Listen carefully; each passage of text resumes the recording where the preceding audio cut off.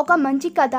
1938లో Tokyo నగరంలో ఒక కుర్రాడు సొంతంగా కాళ్ళ పిస్టన్ రింగ్లు తయారు చేశాడు. అతి కష్టం మీద టయోటా కంపెనీ వాళ్ళ అపాయింట్మెంట్ తీసుకొని టయోటా కంపెనీ ఇంజనీర్లకు చూపించాడు. వారు ఆ రింగులను మెచ్చుకొని, నీకు పిస్టన్ రింగ్ల కాంట్రాక్ట్ ఇవ్వాలంటే కనీసం ఆటోమొబైల్ డిప్లొమా ఉండాలని అన్నారు. అతను నిరాశ చెందకుండా ఆటోమొబైల్ డిప్లొమా పూర్తి చేసి టయోటా కంపెనీ పిస్టన్ రింగుల కాంట్రాక్ట్ పొందాడు. ఆ కాంట్రాక్ట్ కాగితం చూపించి బ్యాంకులో అప్పు తీసుకొని పిస్టన్ రింగులు తయారు చేసే పరిశ్రమాన్ని 95% పూర్తి అయిన సమయంలో రెండవ ప్రపంచ యుద్ధం వచ్చి అనుకోకుండా యుద్ధ బాంబు ఒకటి ఫ్యాక్టరీపై పడి మొత్తం బూడిదైపోయింది. ఆ కుర్రాడు ఒక్కసారిగా షాక్ అయ్యాడు. వెంటనే తేరుకొని బ్యాంకుకి వెళ్ళి తన పరిస్థితి వివరించి మళ్ళీ కొంత లోన్ కావాలని ప్రాధేయపడ్డాడు. బ్యాంకు మేనేజర్ ససేమిర లోన్ ఇవ్వడం కుదరదు అన్నాడు. చేసేది ఏమీ లేక తన మిత్రుల వద్దకు వెళ్ళి టయోటా కంపెనీ కాంట్రాక్ట్ కాగితం చూపించి మిత్రులందరి వద్ద కొంత మొత్తం అప్పుగా తీసుకొని కూలిపోయిన మళ్ళీ ఫ్యాక్టరీ పునఃప్రారంభించాడు.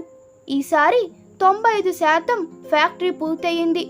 భూకంపాలు సర్వసాధారణమైన ఆ దేశంలో ఓ భూకంపం ఈ కుర్రాడి ఫ్యాక్టరీని పూర్తిగా మట్టి కరిపించింది. దెబ్బకు ఆ కుర్రాడికి 25 ఏళ్లకే ముసలితనం వచ్చేసింది. వెంటనే తన స్నేహితులను, బ్యాంకు వారిని కలిసి తన గొడ్డును వెళ్ళగక్కి వాళ్ళ అప్పులను తప్పక తీరుస్తానని చెప్పాడు.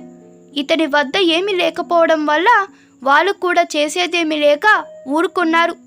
ఖరీదైన టోక్యో నగరంలో నివసించడం కష్టంగా ఉండి దగ్గరలో ఉండే గ్రామానికి ఆ కుర్రాడు మక్కం మార్చాడు.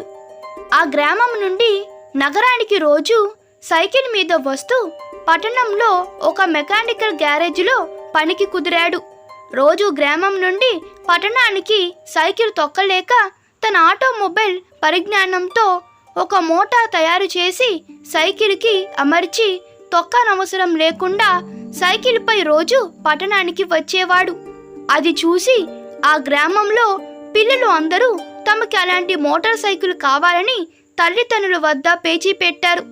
ఇక ఆ పిల్లల తల్లిదండ్రుల ప్రబోధాలతో ఆ కుర్రవాడు మోటార్ సైకిల్ తయారు చేయడం ప్రారంభించాడు. అలా ఉద్భవించిందే హోండా మోటార్ సైకిల్. ప్రపంచపు నంబర్ 1 మోటార్ సైకిల్గా పేరుగాంచిన Hero Honda motorcycle design అతనిదే. అతడి పేరే హోండా. ఇప్పుడు ఆ హోండా కంపెనీ జపాన్ కాల కంపెనీ టయోటాకి మంచి పోటీ ఇస్తుంది. ఈ కథ మీకు నచ్చినట్లయితే మీ అభిప్రాయాలు కామెంట్లో తెలపండి. Please like, share and subscribe to my channel. Thank you.